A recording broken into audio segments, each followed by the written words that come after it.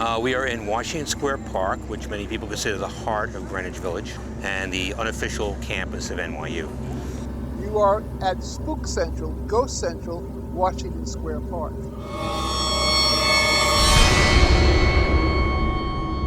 What most people don't know, all these people that are skateboarding and having a good time and just relaxing here, is that this was actually a burial ground.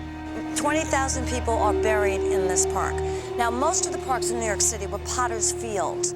That's where they buried people that couldn't afford to be buried, or people that had to be buried, couldn't be buried in the churchyard because for some reason, they didn't pass muster with the church.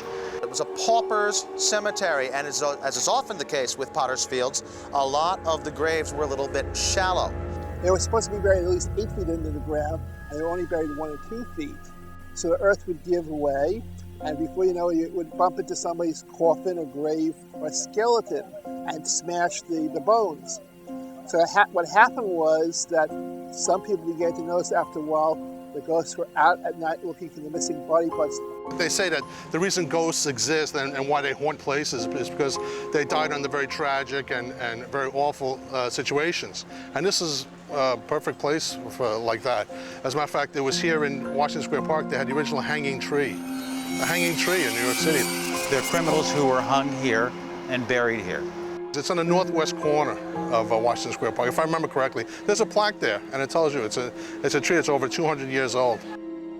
The last woman who was hung was a black servant woman who had been condemned to death for burning down her home, the home where she worked. She had been the housemaid of a wealthy family in the area, and she was convicted of committing arson in the house for a fire that was almost assuredly accidental. Some people have claimed that they have seen the spirit of a woman who may be her, and then there's been some reports by students late at night that they think they see something strange moving in the tree, and then when they get closer, they can't see exactly what it is. And she was the last person to be hanged in Washington Square, and she is said to be among those who is seen swinging in the breeze on stormy nights in Washington Square. So this is nothing but death all around here. Is it haunted? Absolutely. I mean, there's got to be those spirits, that energy that's still here all around it. The place to find ghosts is where bad things happened, and there's a bad karma, and so it keeps pulling the ghosts back to here each time.